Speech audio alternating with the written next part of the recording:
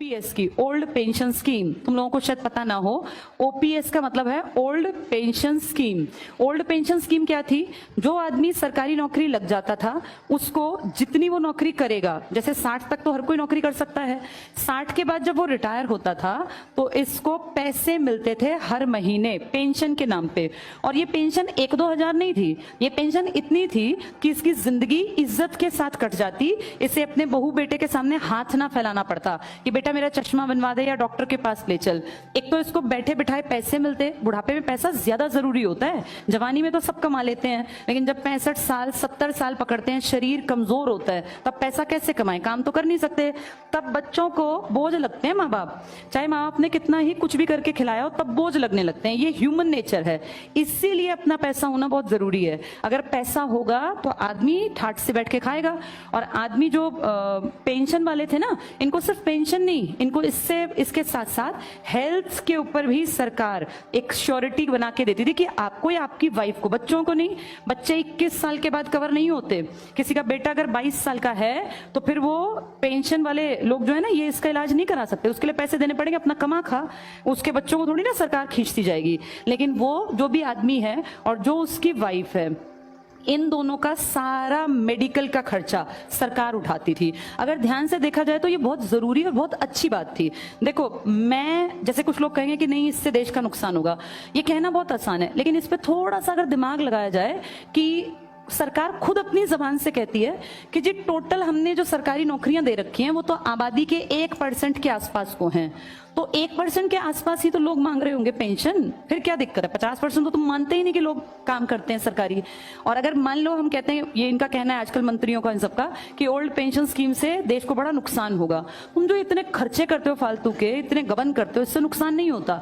और अगर नुकसान होता है तो हमारे एमएलएस को, हमारे एमपीज को, हमारे CM, PM, president of India, vice president of India, इन सबको क्यों मिल रही है पेंशन अब भी?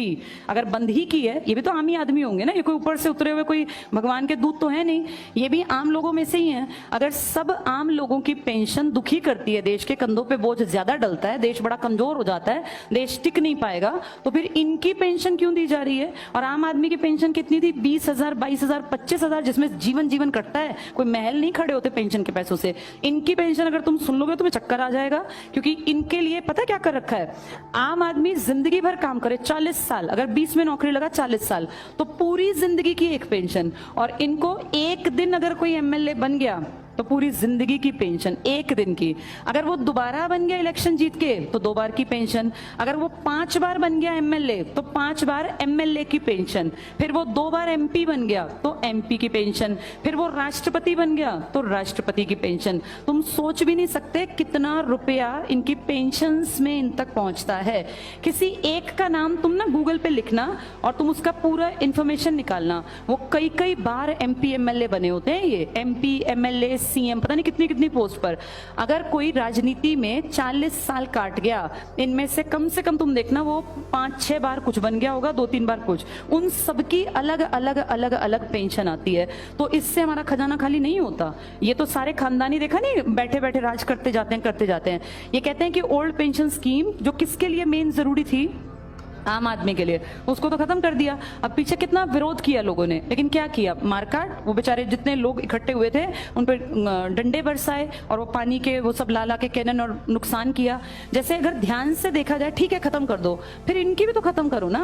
ये तो और बोझा डाल रहे हैं। ये तो एक आदमी 4 पेंशन खा रहा है, वहां बेचारे 40 लोग मिलकर इतनी नहीं लेते होंगे जितना ये एक आदमी खा जाता है। तो इसका भी तो कोई हिसाब किताब हो। ये क्वेश्चन उठने चाहिए जब डेमोक्रेसी की बात हो, जब लोकतंत्र की बात हो। इसीलिए तुम्हारा पढ़ना जरूरी है, ताकि तुम्हें ये बातें पता चलें।